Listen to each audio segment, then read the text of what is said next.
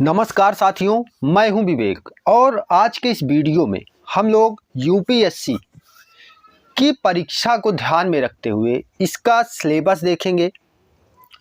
जैसा कि आपको पता है कि जो आपका पीटी है इस बार का 2024 का, ये 26 मई 2024 को है और मेंस 20 सितंबर 2024 से स्टार्ट है। तो ऐसे में यहाँ पर हम जानने जा रहे हैं इसके पूरे सिलेबस को और यहाँ हम जानेंगे कि परीक्षा केंद्र कौन कौन से होते हैं, कहाँ कहाँ जाकर आप परीक्षाएं दे सकते हैं, एलिजिबिलिटी क्या होनी चाहिए, क्या पात्रता होनी चाहिए आप कि आप परीक्षा में भाग ले सकें। एवं यहाँ हम जानेंगे कि कितने चरणों में परीक्षाएं होती हैं, जैसे प्रीलिम्स, मेंस, इंटरव्यू और कौन कौन से पेपर होते हैं। साथ ही यहाँ हम जानेंगे कि ऑप्शनल सब्जेक्ट कौन कौन से हैं। बने रहिए साथ में, बढ़ते हैं और देखते हैं।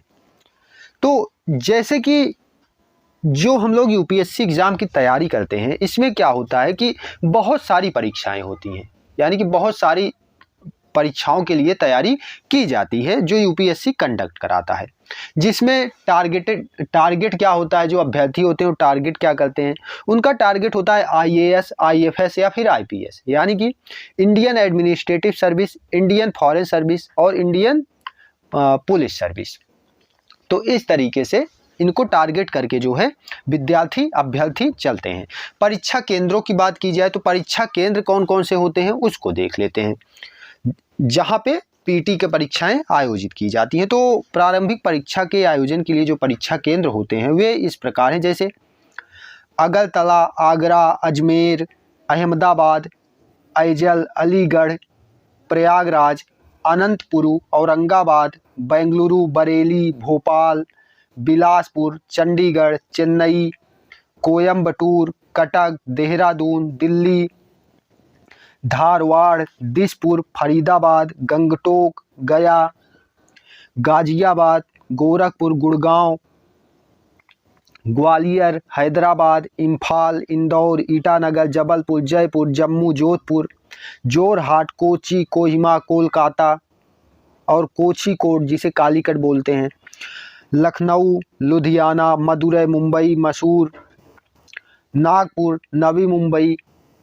गौतम नगर, पणजी, पटना, पोर्ट ब्लेयर, पुडुचेरी, पूना, रायपुर, राजकोट, रांची, सेबलपुर, शिलोंग, शिमला, सिलीगुड़ी, श्रीनगर, ठाणे, तिरुवनंतपुरम, तिरुचिरापल्ली और तिरुपति, उदयपुर, वाराणसी, बेल्लोरी, विजयवाड़ा, विशाखापट्टनम और वारंगल। ये परीक्षा केंद्र होते हैं प्रीलिम्स के लिए। और मेंस के लिए कौन कौन से परीक्षा केंद्र होते हैं उसको देख लेते हैं। अब परीक्षा केंद्र मैं बता दे रहा हूँ, आपको जहाँ सुविधा लगे आप अपने हिसाब से उसको चूज करते हैं।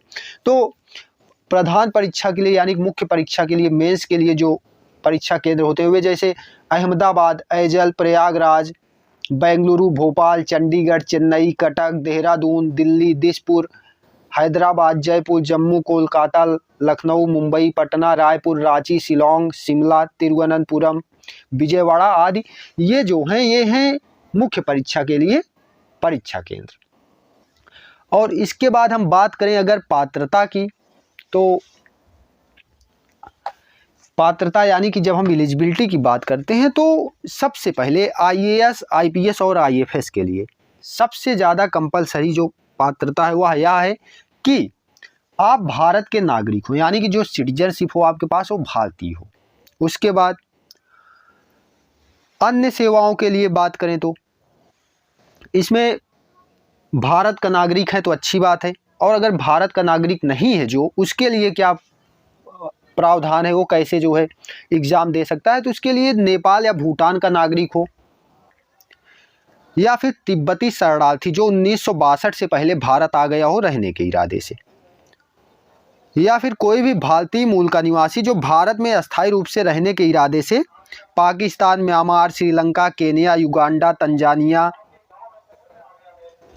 मलावी, जेरे, इथियोपिया तथा वियतनाम से प्रव्रजन करके आया हो, यानी कि वो रहने के इरादे से वापस आ गया हो, जो भारतीय मूल का हो, भारत से बाहर चला गया था, वापस फिर से आ गया है रहने के इरादे से, तो भी इन परीक्षाओं में भाग ले सकता है। केवल IAS, IPS और IFS के लिए ये कंपलसरी है कि आप भारतीय नागरिक हो। बाकी के लिए अगर आप बाकी परीक्षाएं जो होती हैं, जो यानी कि जो अदर एग्जाम से इसके जो भर्तियां होती हैं इसके थ्रू, उसके लिए आप भारत के नागरिक हैं तो अच्छी बात है। अगर भारत के नागरिक नहीं है तो और कौन लोग अप्लाई कर सकते हैं, कौन लोग पात्र होते हैं, जैसे नेपाल या भूटान का नागरिक हो, तिब्बत का कोई शरणार्थी हो जो भारत आ गया हो रहने के इरादे से 1962 से पहले, और कोई भारतीय मूल का निवासी जो अस्थायी रूप से भारत रहने के लिए आ गया हो, और कौन कौन से देश से आया हो मैंने बता दिया है।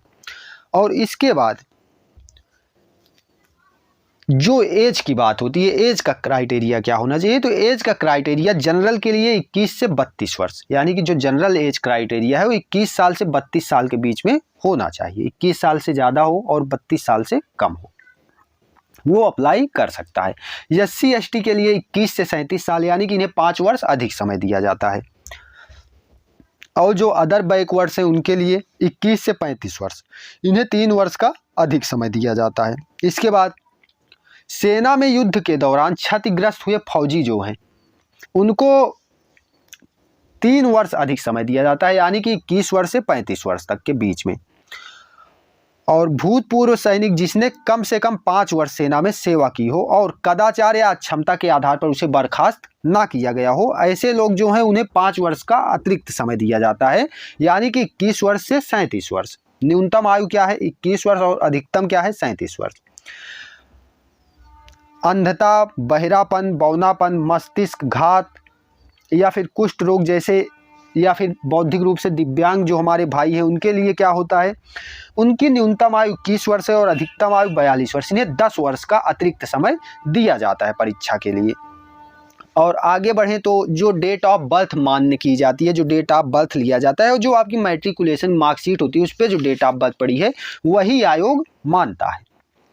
और एजुकेशनल क्वालिफिकेशन की बात करें, एजुकेशनल क्वालिफिकेशन यानी कि शैक्षिक योग्यता। शैक्षिक योग्यता में क्या है कि आप भारत के किसी भी मान्यता प्राप्त यूनिवर्सिटी से स्नातक की डिग्री यानी कि ग्रेजुएशन की डिग्री होल्ड करते हो, या फिर उसके समकक्ष, उसके बराबर की कोई इक्विवेलेंट डिग्री आपके पास हो, उसके इक्विवेलेंट एबिलिटी आपके पास हो, योग्यता आपके पास हो, तो आप जो है इस परीक्षा के लिए योग्य हैं।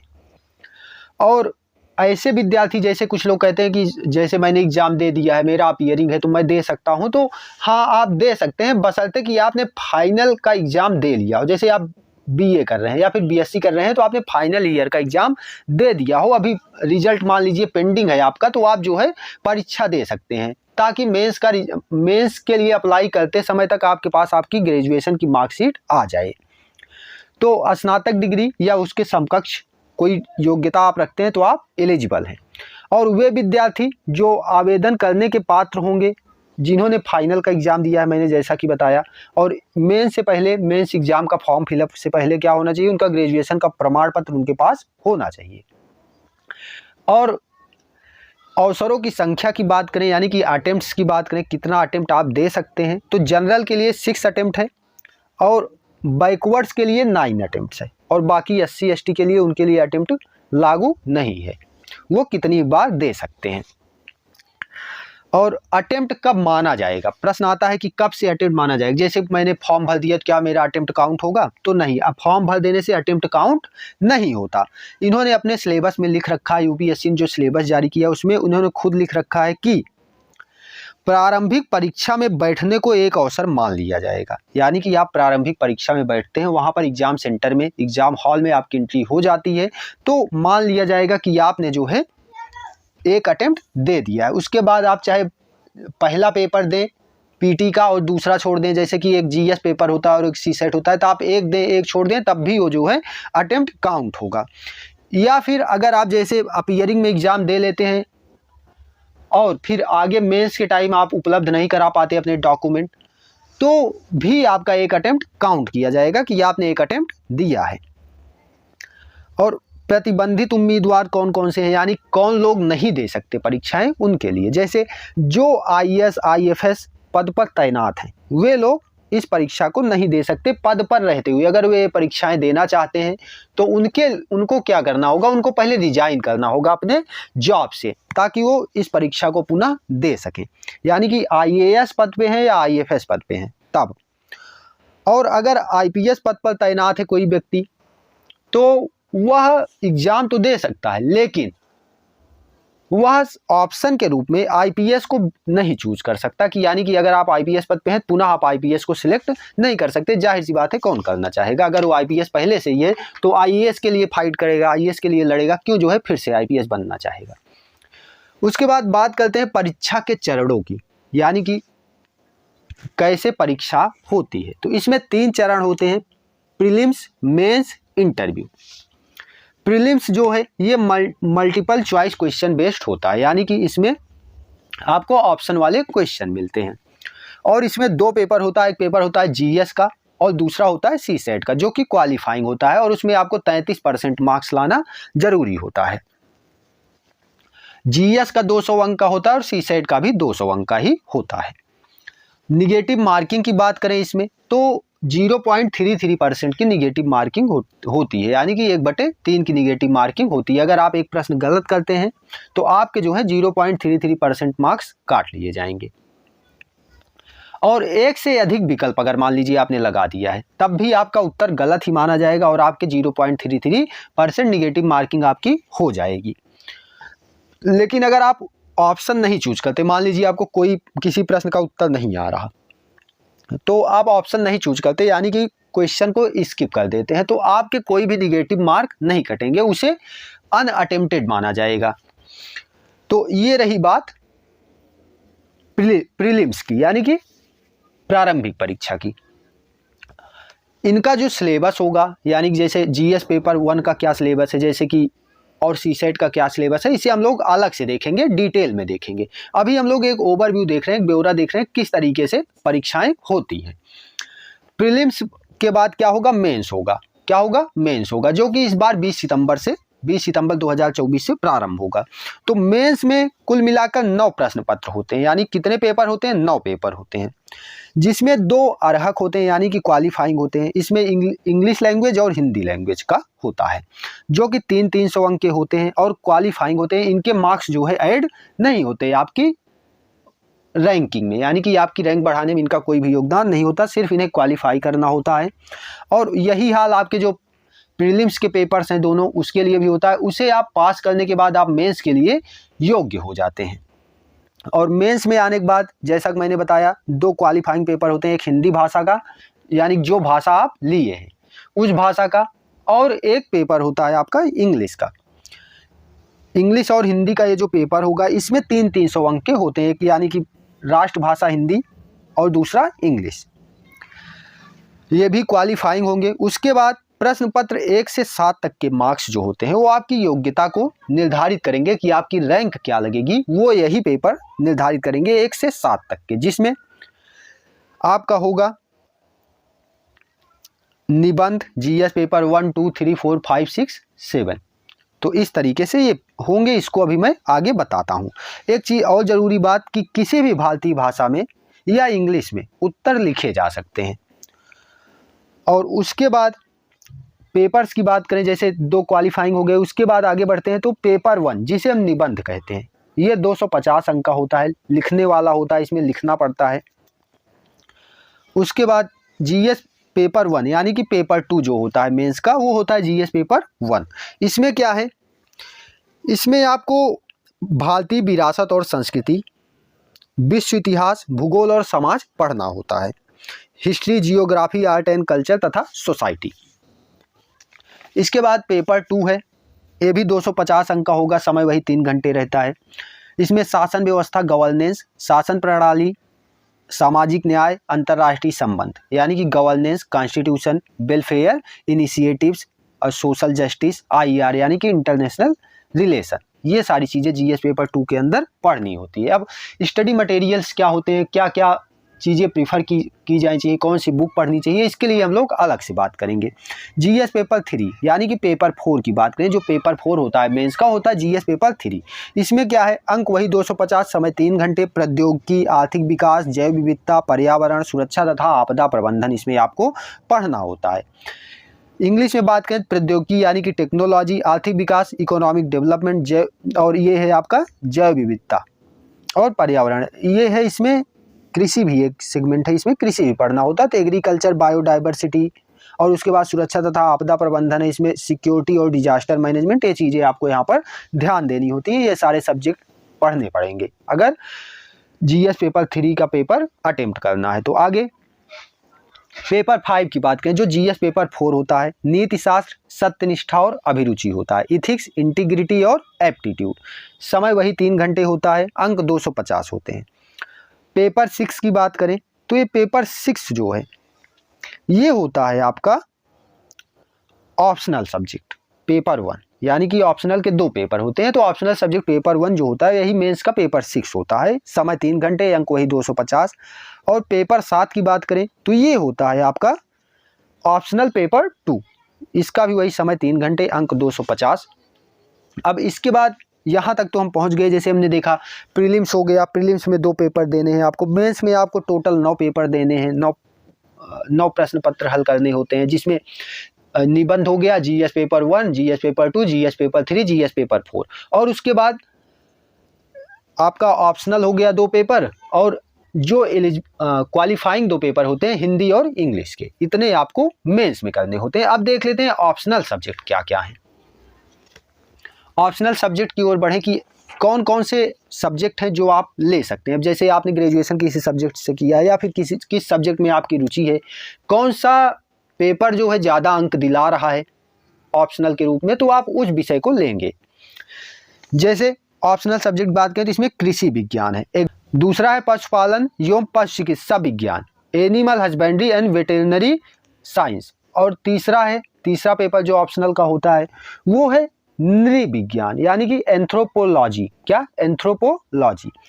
नेक्स्ट है वनस्पति विज्ञान, बॉटनी बोलते हैं इसको, रसायन विज्ञान अगला है, केमिस्ट्री, सिविल इंजीनियरिंग है, वाणिज्य एवं लेखा विधि है, कॉमर्स एंड अकाउंटेंसी है, अर्थशास्त्र इकोनॉमिक्स है, वैद्युत इंजीनियरिंग है यानी कि इलेक्ट्रिकल इंजीनियरिंग है, भूगोल यानी कि जियोग्राफी है, भूविज्ञान जियोलॉजी है, इतिहास हिस्ट्री, विधि लॉ, ये सारे पेपर हैं ऑप्शनल के। और साहित्य की बात करें तो कौन कौन सा साहित्य है, जैसे असमिया साहित्य आप ले सकते हैं ऑप्शनल के रूप में, बांग्ला साहित्य ले सकते हैं, इंग्लिश लिटरेचर ले सकते हैं, गुजराती साहित्य, हिंदी साहित्य, कन्नड़ साहित्य, कश्मीरी, कोंकणी, मलयालम, मणिपुरी, मराठी, नेपाली, उड़िया, पंजाबी, संस्कृत, सिंधी, तमिल, तेलुगु, उर्दू, ये सारे साहित्य भी ऑप्शनल के रूप में उपस्थित हैं। आप चाहें तो मेंस में इसको अपना ऑप्शनल बना सकते हैं, वो आप अपनी अभिरुचि के हिसाब से बनाएंगे। अगला है प्रबंध यानी कि मैनेजमेंट, गणित भी है, मैथमेटिक्स, यांत्रिक इंजीनियरिंग है यानी मैकेनिकल इंजीनियरिंग है, मेडिकल साइंस है, चिकित्सा विज्ञान, फिलॉसफी है, दर्शन शास्त्र, भौतिकी यानी फिजिक्स, राजनीति विज्ञान एवं अंतर्राष्ट्रीय संबंध भी है, PSIR यानी कि अभी हमने देखा था विधि अलग है और ये PSIR अलग से है, मनोविज्ञान, साइकोलॉजी भी है, लोक प्रशासन, पब्लिक एडमिनिस्ट्रेशन, समाजशास्त्र जिसे सोशलॉजी कहते हैं, सांख्यिकी है, और प्राणी विज्ञान है, जूलॉजी है। तो ये सारे ऑप्शनल के रूप में पेपर्स उपस्थित हैं। आप अपनी रुचि के हिसाब से कौन से में आप ज़्यादा कंफर्टेबल हैं, कौन सा आप पढ़ के परीक्षा दे सकते हैं, पास कर सकते हैं, उसके हिसाब से आप चूज करते हैं। फिर उसके बाद ऑप्शनल हो गया, प्री हो गया, मेंस हो गया। अब आगे बढ़ते हैं तो इंटरव्यू होता है यानी कि व्यक्तित्व परीक्षण बोलते हैं। ये होता है 275 अंक का। इसके भी मार्क्स आपकी परीक्षा में यानी कि आपकी रैंक निर्धारण में बहुत ज़्यादा महत्वपूर्ण होते हैं। और इसके बाद देख लेते हैं योग्यता में जुड़ने वाले अंक कौन कौन से हैं, यानी कि किस किस परीक्षा के कौन कौन से पेपर के अंक आपकी योग्यता में जुड़ते हैं। तो जैसा कि मैंने बताया जो प्रीलिम्स हो गया वो तो क्वालिफाई है, क्वालिफाई करने के बाद उसे आप मेंस के लिए पात्र होते हैं, उसका आपके रैंकिंग में कोई योगदान नहीं होता है। आपके रैंकिंग में योगदान किसका होता है, तो इसमें आपका निबंध हो गया, GS paper 1, GS paper 2, GS paper 3, GS paper 4 और ऑप्शनल के दोनों पेपर और इंटरव्यू के, ये आपके जो है अहम रोल, अहम भूमिका अदा करते हैं आपकी रैंक लगाने में। और ये टोटल अगर बात करें कितने मार्क्स का होता है, तो टोटल 2025 मार्क्स का होता है, जिसके मार्क्स आपके रैंकिंग में जुड़ते हैं। उसके बाद जो क्वालिफाइंग पेपर होता है मेंस में, इसको छोड़ देते हैं हम लोग 600 अंक, और उधर प्रीलिम्स में जो है 400 अंक छोड़ देते हैं। तो ये सब जो है जुड़ते नहीं हैं, जो जुड़ते हैं वो यही है, मेंस के paper 1, paper 2, paper 3, paper 4, paper 5, paper 6, paper 7 और इंटरव्यू। तो इस प्रकार यहाँ पर हमने इसके सिलेबस को समझा। यहाँ हमने यह जानने की कोशिश की कि किस प्रकार परीक्षा होती है, क्या योग्यता होनी चाहिए, ऑप्शनल सब्जेक्ट क्या क्या है, प्रीलिम्स कैसे होता है, यानी कि प्रीलिम्स में कौन कौन से पेपर होते हैं, मेंस में कौन कौन से पेपर होते हैं, इंटरव्यू होता है, यानी परीक्षा के चरणों को समझा हमने यहाँ। और अगर आप चाहेंगे तो मैं आगे जो है डिटेल करा दूंगा, जैसे कि प्रीलिम्स के सिलेबस बता दूंगा, उसको डिस्कस कर दूंगा, पेपर 1, पेपर 2 और मेंस के सारे पेपर्स अलग अलग करके डिस्कस कर दूंगा। हम लोग उसका स्टडी मटेरियल वगैरह देख लेंगे किस तरीके से तैयारी करनी है। और ऐसे ही कई सारी परीक्षाओं के सिलेबस के वीडियो लगातार चैनल पर आने वाले हैं। आपको किस परीक्षा के सिलेबस का वीडियो चाहिए कमेंट बॉक्स में लिखिएगा, मैं कोशिश करूंगा कि आपको प्रोवाइड करा पाऊँ। मिलते हैं अगले वीडियो में, धन्यवाद।